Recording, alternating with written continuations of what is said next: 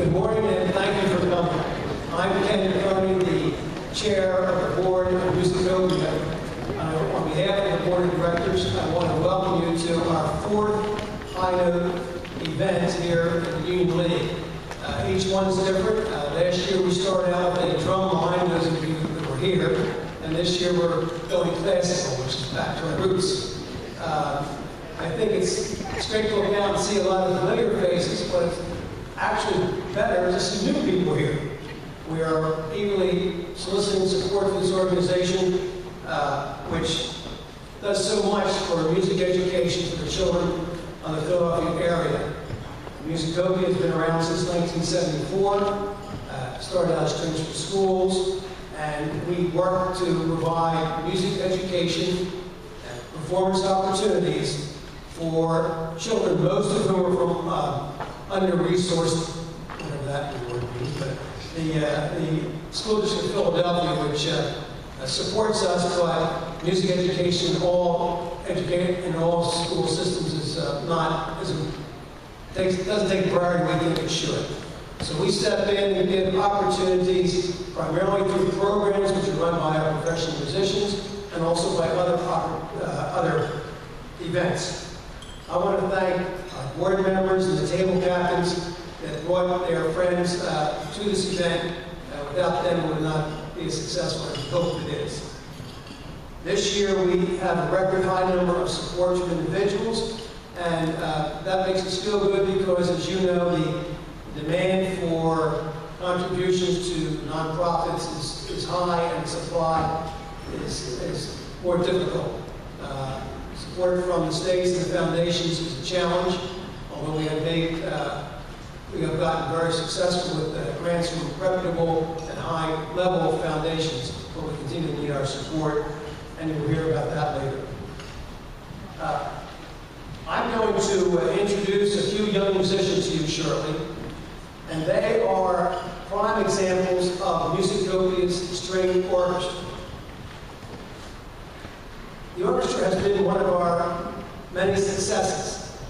Initially, as I said, Musicopia set to give programs by musicians to students, and we started the orchestra 4 or 5 years ago, and we almost have so many people that we have to start a second orchestra. It is a quality orchestra, string orchestra. It has students, musicians from all backgrounds, and many come from schools that don't have music programs, and this gives them the important opportunity to work together to make good music. Their concerts are fantastic, and they also have to practice at least once a week. And that kind of regimen is good for a lot of things, and that's why they work so well together. The orchestra is a blend of novices, of really skilled musicians, and of some experienced musicians that kind of lead everyone along, so the end product is certainly most pleasant to the audience. Please join me in welcoming two young musicians, Max Chambers and Maria Del Orifice, and they're going to play an excerpt from Bach's Double Concerto.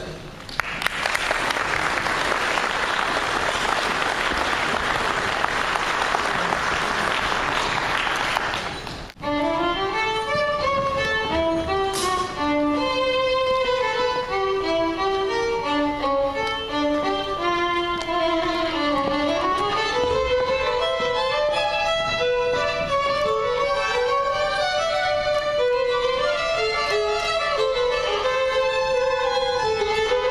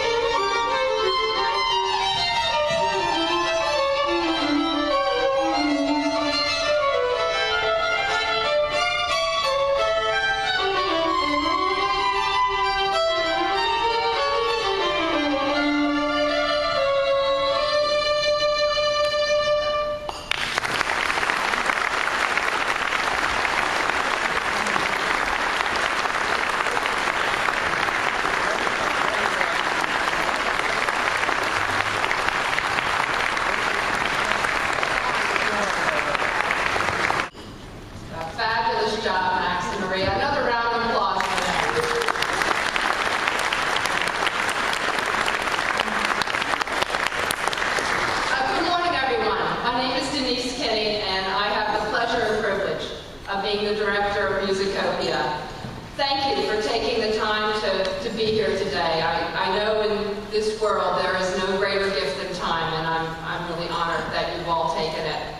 I want to start with just saying thank you to my board of directors. I know everybody thanks their board of directors and says that they're great. I truly have the best board of directors. They are committed not only in their spirit, they're a working board, they work hard, and I am very grateful to have them standing behind me, in front of me, and alongside me.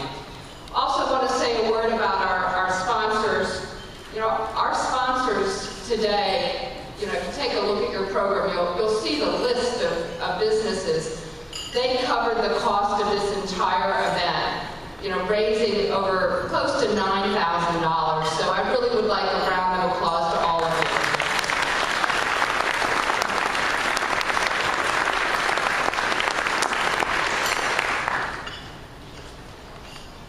This year is the first year for a new initiative that we started, the Student Leadership Board. And the Student Leadership Board, the students come from 5 or 6 different schools, and their mission is to both fundraise and provide community service for Musicopia. It has been a fabulous new initiative for us, and the students hosted a wide range of events, from dress-down days at their schools, to fundraisers at their schools, to concerts, and they raised over $7,000 this year. I have 3 of the members here with us today, and I'd like to recognize them. Amar Patel, please stand. Thank you. Amar is from the Haverford School. Josh Collins. Thank you, Josh. From the Haverford School. And Maya Patel from the Baldwin School. Thank you. It has been a pleasure to work with the Student Leadership Board. It's probably my favorite meeting to go to, because I just go in and I sit down and I never have to say another word, because they just take it away. They have incredible energy, zest, and intelligence, so thank you to them. You know, music for me has really created, you know, who I am today. You know, being the executive director of Musicopia, most of you know, it's very personal for me. You know, my mom, Wealthy Fitzgerald, you know, before her retirement, she was a professional violist. And she made sure in our household that music was not an optional activity.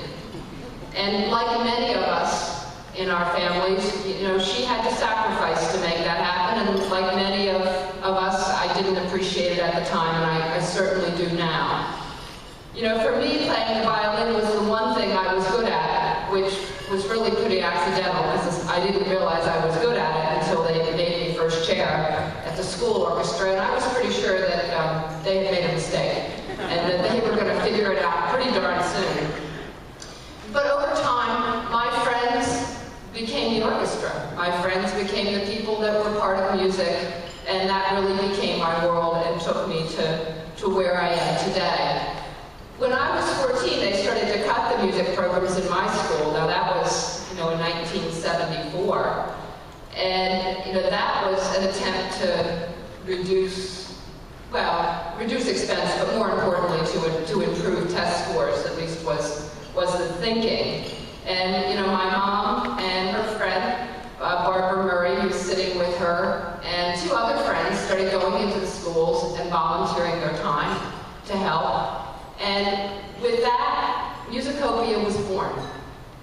You know, with the mission then, the same as the mission now, to revitalize in-school and out-of-school music programs. My mom and Barbara are here with us today to give me moral support.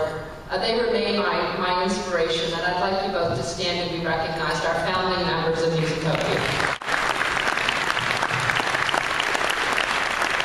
Now it's my turn. You know, today I have 7 children. Jessa, my oldest, is here with me today, complaining the whole way in the car I made her get up before 7. I'm very proud of all of them. And in our household, of course, music is not optional. And all of them will tell you they all play a string instrument, and they will all tell what I know is what my mother knew. And that through music, I can give them what I have to give. I can give them the discipline, the dedication, and the commitment that they will need to learn to be successful in life. Musicopia celebrates its 38th anniversary this year. We're fortunate. We've got a broad reach. We're in the 5-county area. We're in Philadelphia. One of the cornerstones of our work is we have so many friends. We have so many school partners, not-for-profit partners. And I'm especially honored to see how so many of our partners and friends have come today. And I thank you for doing that. I know how busy your schedules are because they mirror mine. Since 1974, we've inspired learning. For students, we provide a wide array of multicultural experiences as well as residency programs with traditional instruments. We provide a pathway for students that want to learn to play an instrument. Supplying instruments and providing playing opportunities. And we've transformed schools and communities, working in communities where there was no music, and creating opportunities where those children can be recognized for their accomplishments. Ken talked a little bit about our Musicopia String Orchestra. We have 85 students in that now, and a long waiting list, although I don't think we've ever said no to anybody, so I'm sure that number will just go up. And we also took on the Musicopia drumline this past year, which rehearses at the Mead School in North Philadelphia and has 35 ensemble members. They travel around the tri-state area, competing every weekend. And, we took it on because it was the right thing to do, because it made a difference for kids, and it was sort of accidental. They turned out to be fantastic. Patrick Urban, the music teacher at the Mead School, leads it, and they got second place in their division this year, so we're really proud of them. This has been a good year for Musicopia. Grants and government funding remain, flat or a problem, but what has made it a good year for us has been people like you. All of our individuals. Our individual donations have doubled in the last 2 years, and the number of people that support us has tripled. And we've been able to offer over 600 programs to over 65,000 students. So thank you for that.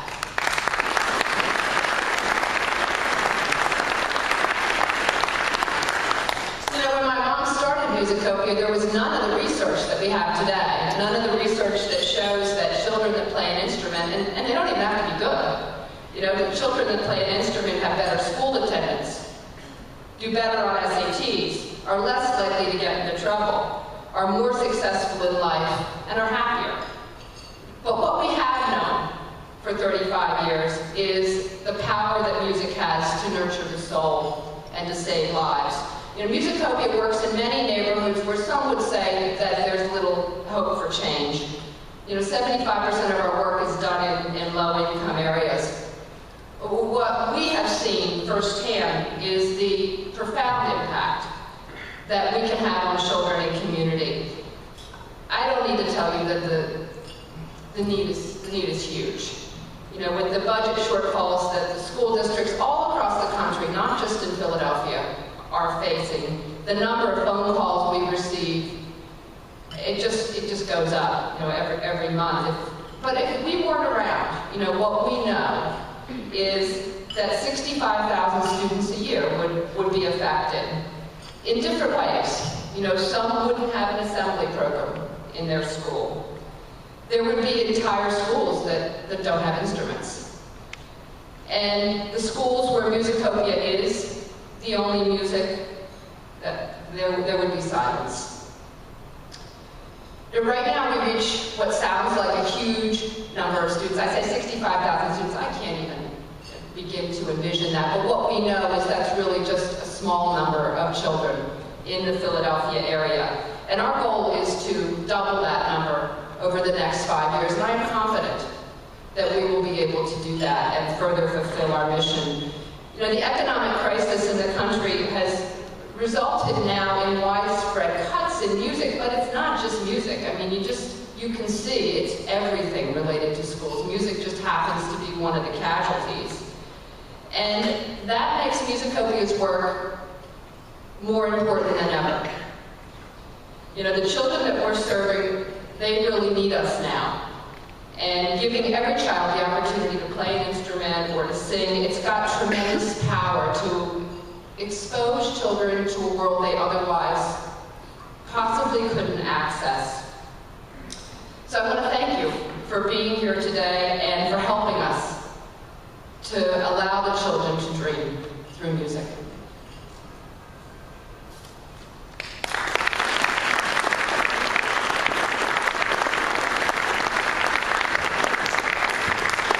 I had the pleasure of introducing our keynote speaker and player, Ranaan Meyer. Ranaan is a standing bass player, and he's a member of the trio Time for Three. He's a Curtis graduate. He is an incredible artist. More importantly, he is an incredible person.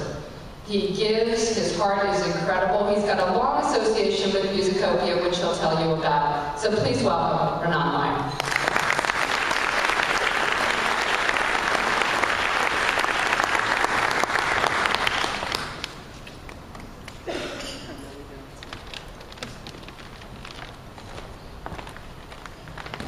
So much, Denise. Wow, it's incredible. Yeah, I have 10 years now with Musicopia, which is amazing because I'm not that old. And I'm really excited to be the keynote speaker. It's my first time that I'm a keynote speaker at an event, and when I Wikipedia'd it, I found out that keynote does not just apply to music events, so that was really cool. Well, it's my pleasure to be here. Thank you so much for having me. Wow. It's incredible to see how Musicopia has blossomed over the years, and it means so much. Because if I didn't have music in schools, I would not be a musician. I'm scared to think of what I might be, actually, without it. I want to tell you a little bit about my background, and not just because I like talking about myself, but because I think it is relevant. When I was 4 years old, I was in our above-ground swimming pool in New Jersey, South Jersey. And I asked my mother, who is a pianist and a piano teacher, if she would teach me to play the piano. And, you know, she said, yes, absolutely, of course. So she tried to teach me the piano. Every few months, I would quit the piano. I think I quit between the age of 4 and 5 about 7 times. So as many kids as Denise has, I quit. I continued to do this, and my mom was extremely patient with me. When I was 9, I went to play the cello. And the cello was my favorite instrument, still is my favorite instrument. And I played the cello in 3rd grade for about 3 months. And then somebody told me something very derogatory about the cello. That wasn't true, of course, but I looked up to this person. So I said to my mother, without her knowing where I got this information, that I wanted to quit the cello. And she said, okay, you're a big boy, you're in 3rd grade, go up to your music teacher, look her in the eyes and tell her, I don't want to play the cello anymore. So I did this, and she started to cry. Mrs. Radney, I'll never forget Mrs. Radney. Anyhow, I didn't know what that meant. I came home and my mommy told me, well, maybe she cried because you have talent, and she's sad that you're not going to play anymore. So that made me think. Again, my mother was there to sort of enlighten her son.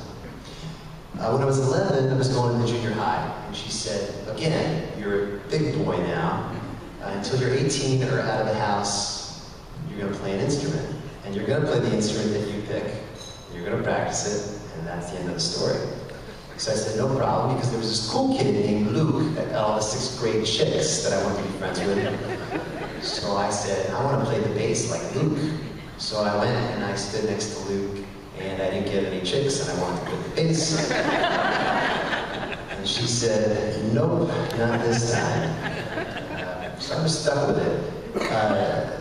I didn't practice. In fact, I only held the bass in my hands at home about 1 time a week for 45 minutes when the bass teacher would come over. And my dad was very confused why this man kept on coming to our house, because I wouldn't touch the thing for a whole week. I'd pick it up for the 45 minutes, put it down after he left, and my dad would say, "Can you explain to me why this man is coming to our house and we're giving him money?" But I'm so glad she hung in there with me, because when I was 15, another cool kid came up to me and he said, "Do you want to join my jazz trio?" I had no idea what jazz was. And I said, "Awesome, let's do it." I went over to his house in my intramural basketball uniform, number 15, with Meyer printed on the back. And I said, "Okay, let's do this." And he taught me the blues. And he got me going on this boogie-woogie thing. And I thought it was the coolest thing since sliced bread. I was so into it. It was amazing. And immediately I was hooked. I learned all this different jazz. I went from 0 hours of practice to 2 hours, to 2.5 hours. My mom caught on. She got me a bass teacher that not just played jazz, but also played classical.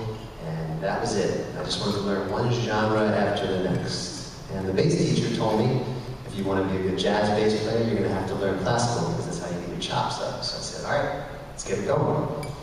And I went from 2.5 to 3 to 4 to 5 hours to 6 hours to 7 hours to how can I just go to school and do this? And one thing led to another. But because my mom hung in there with me, because she realized that I wasn't done growing, that there was still a chance that I might actually like this thing. She hung in there for 11 years. I think that deserves a round of applause.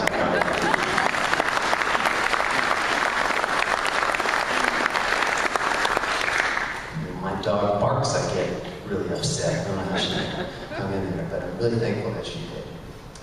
And that, of course, brought me to music school. I eventually got into Curtis, and I was able to be persistent at Curtis. I had to audition 3 times to get in there, and finally did. And then I met up with my group that I spent most of my musical life with, Time for 3. And then, fast forward a little bit, in 2002, we had the opportunity at the Kimmel Center for your first event where you were doing an instrument drive to play for that event. And Fox News was there, and I just had composed a piece for Time for 3. The first piece I had ever composed for Time for 3, and it didn't have a name. And we quickly realized that the name of the piece, since it was a hoedown, and since we were playing for Fox News, that it needed to be called Foxdown. So we made that happen. But then we got to meet Wealthy and start this amazing relationship with Musicopia. Strings for Schools then, now Musicopia, again, an evolution. And I think it's just wonderfully symbolic that Wealthy, Denise, mother-daughter, and myself, Norma Meyer, and Ranaan Meyer, mother-son, have this opportunity to pass things down to one another, to pass a tradition down. We're obviously not the only example of that. But that's what you're doing with Musicopia, is you're passing an extremely important tradition down, a tradition that obviously changes lives. When I go into schools, through Musicopia, through other organizations around North America, I have the opportunity to share a message to them, which is really important. It's so important not just to come in there and just play and sort of be, all happy about music, but to actually say something to the students. And the one thing that I try to get across is that I love music, and I usually tell that story that I just told everybody in this room. But what's so important is that they search for what they love, and what they want to do with their lives. Whatever that may be, as long as it's not harming somebody else, but that they're following and pursuing their dreams, the pursuit of happiness. And that's the message that we try to relay. And that's what's so beautiful about Musicopia, is because, let's face it, not everybody's going to be a professional musician, and quite frankly, most of them are not. But to have music in their lives and to know what music can enable them to do as individuals is what is so extremely important. And so that's why I think Musicopia is so incredibly valuable. So I just wanted to share that with everyone this morning. I relate to Jessa with getting up early as a musician. It's not something that I'm used to. And at the Union League, I realized they had a dress code, and didn't just want to have pajama bottoms and tops with ties. So I decided to get a little more dressy. But what an opportunity for all of us to get together and embrace this wonderful organization at the beginning of the day. Because even though it's, you know, not the beginning of the organization, it feels like Musicopia is always breathing the beginning of something new, and that's when I know and interpret an organization to be so extremely valuable. So thank you so much to Musicopia.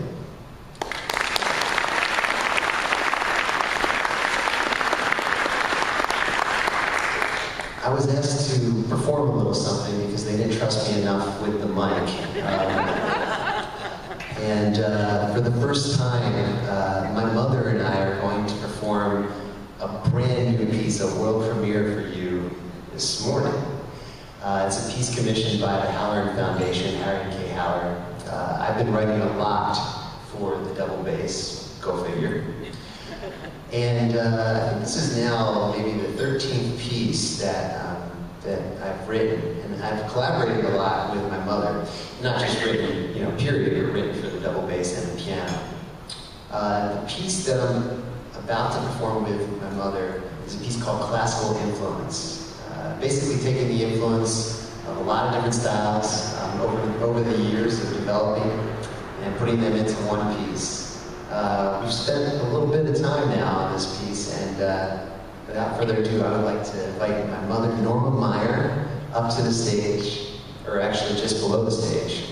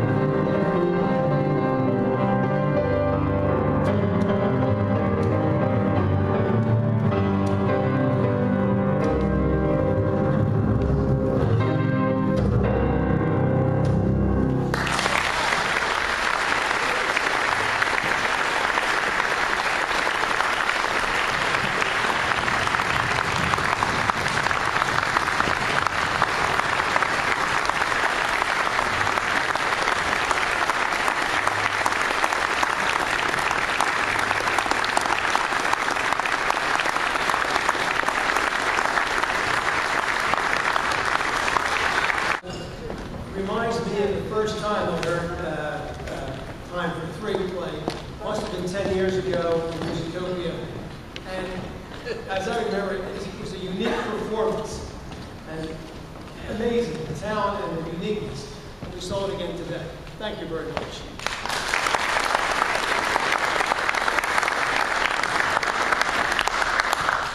The name of that was Classical Influence. Yeah.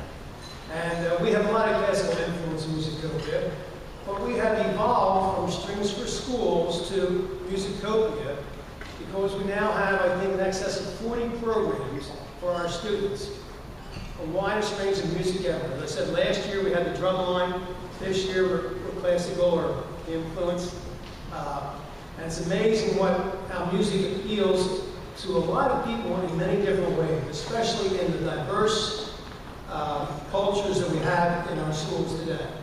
And it makes it very appropriate for the kids to identify with what they're playing, whether classical or whatever, and that's what we do. Now, to show you more about Musicopia, and to give you another chance to finish your breakfast, we're going to show a short 8-minute film about Musicopia.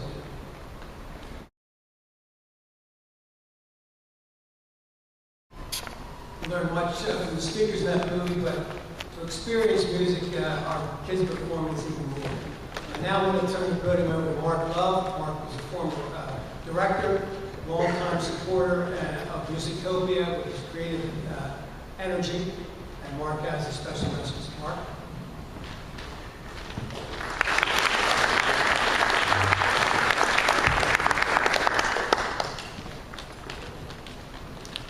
Video gets me teary-eyed every single time.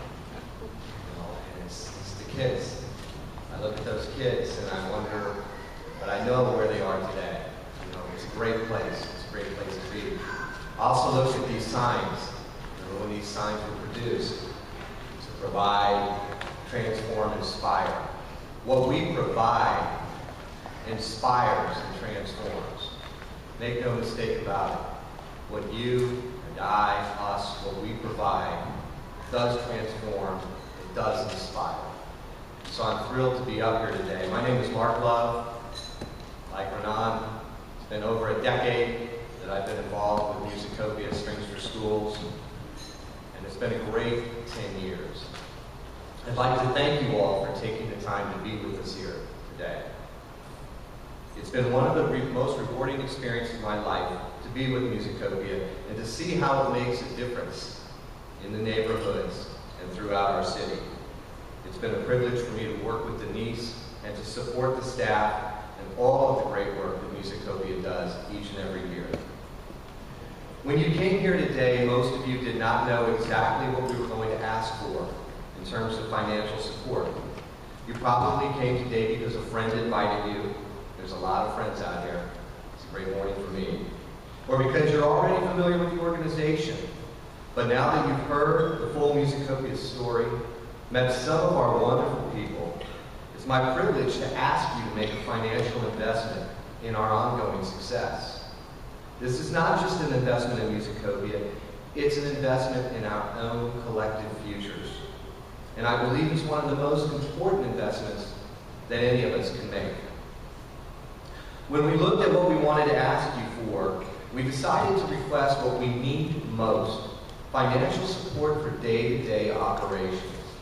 Unfortunately, there are thousands of students right here in the Delaware Valley who need Musicopia's programs in order to reach their full potential.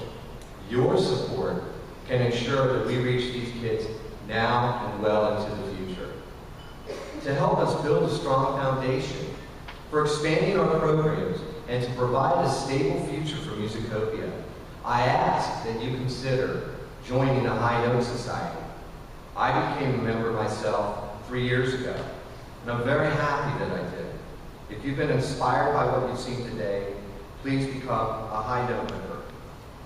Before I ask the table captains to pass out the pledge cards, I would like to make an additional special mention to a few people in the room. Our High Note Society has grown over the past several years, and we're delighted to have many members with us here today. Louise Bradford, Dawn and Ken Cronin, Greg Daniel, Jack Nimbo, Wealthy and Walter Fitzgerald, Bob Hockey, Linda Hollenbach, Jim Miller. We've also just had a new member join the High Note Society, and we want to welcome and thank Bill Cirilli.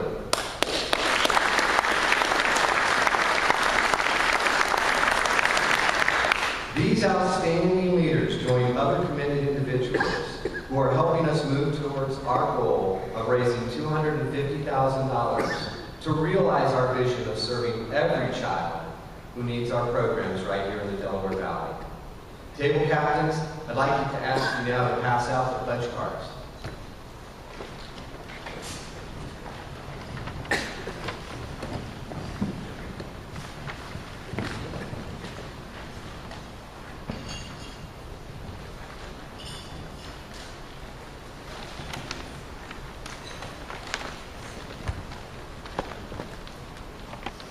Ranaan, I think you said wow twice in the opening of the keynote speak. That's how I feel. You know, I listen to you, I listen to the performance, I listen to the earlier ones, and I watch that video and I just think, wow, it's great to be here today. Starting at the top of the card, the high note pledge levels are meant to give you a sense of what your gift towards the unrestricted operating funds of Musicopia can do. The first giving level, the High Note Society, is for a pledge of $1,000 each year for 5 years. We call this our Inspire Learning level because $1,000 is roughly the cost of an inspirational and interactive school assembly program.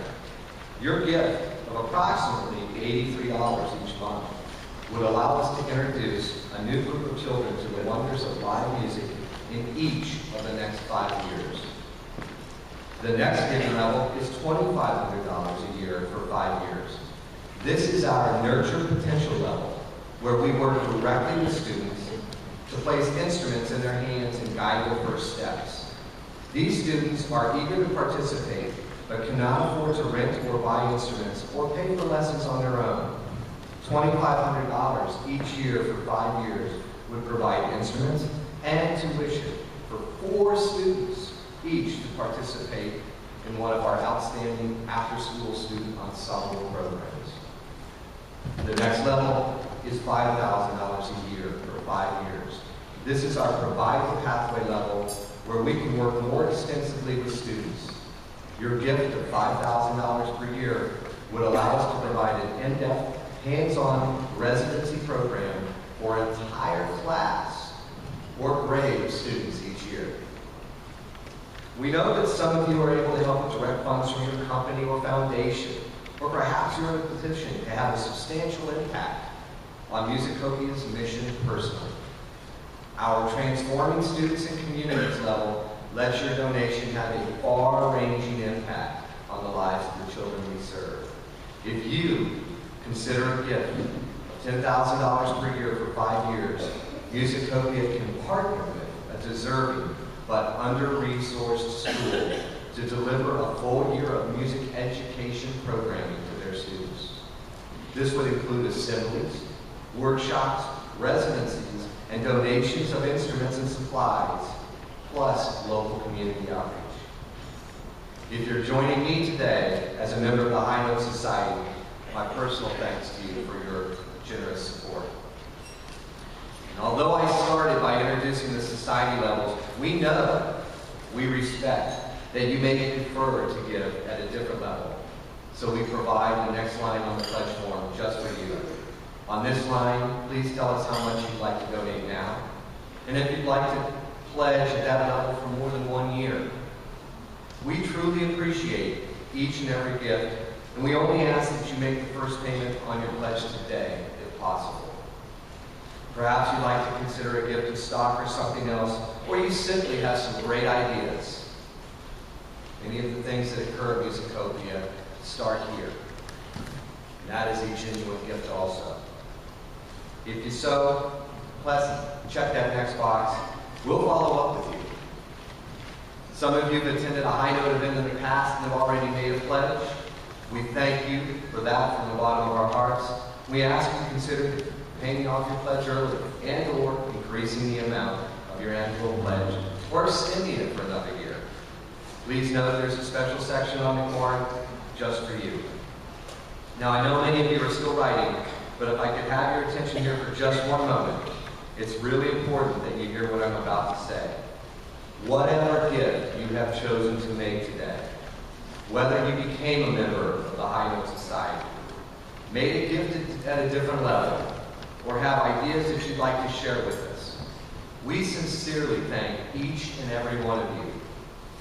On behalf of the great kids that we serve, we also thank you for the most important gift you gave today, the gift of your time. We know how busy we all are, and we truly appreciate that you took time out here to be here today. I'll give you some time now to finish filling out the cards. When you finish, please give your envelopes to your table captain. Personally, I want to thank you for being here. I want to thank all of you for your generous support on behalf of Musicopia and on behalf of all of the kids that are not here with us today who benefit from your support. Now I'd like to turn the program back over to Denise for some final remarks. Thank you.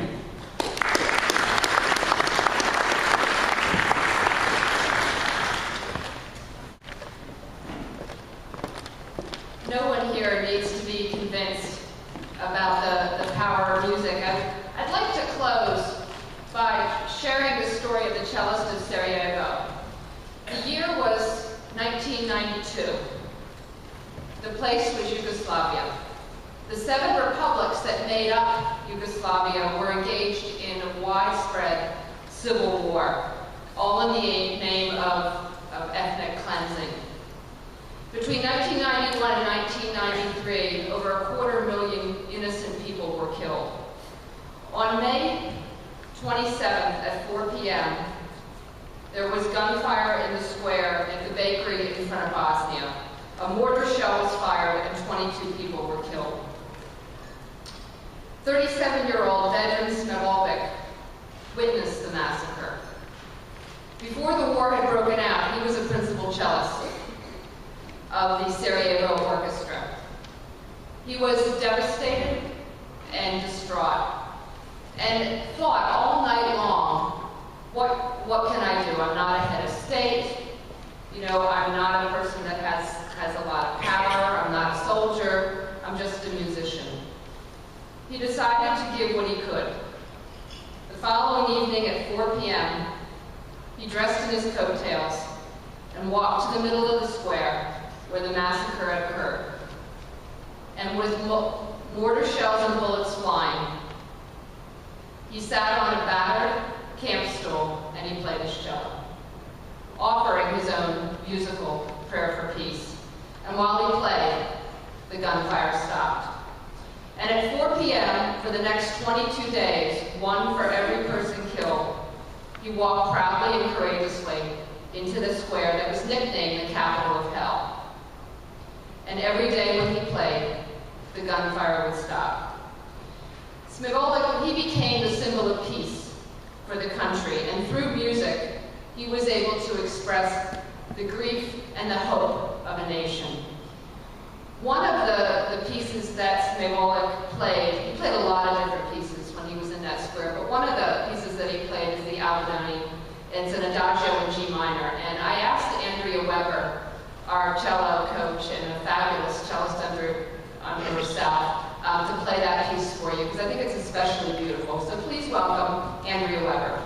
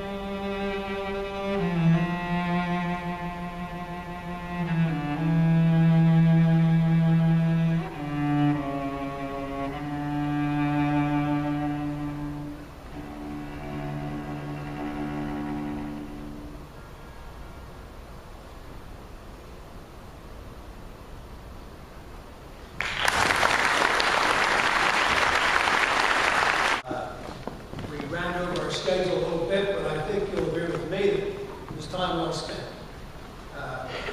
I want to acknowledge Denise Kinney, our outstanding executive director.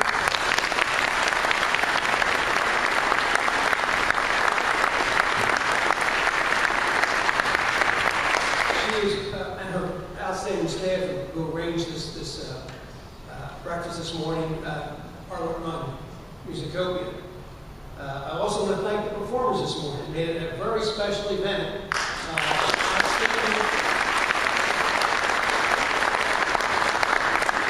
My son's performance is quite beautiful. I'm sure it'll everybody.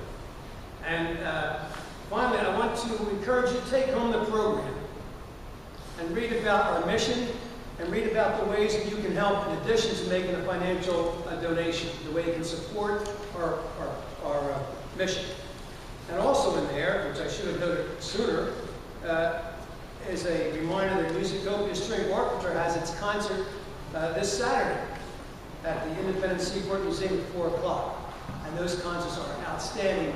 And they'll be standing room only, I'm sure. So again, the board of directors, officers, I want to thank you for coming. Thank you for your support in Musicopia, and wish you a very good day. Thank you again.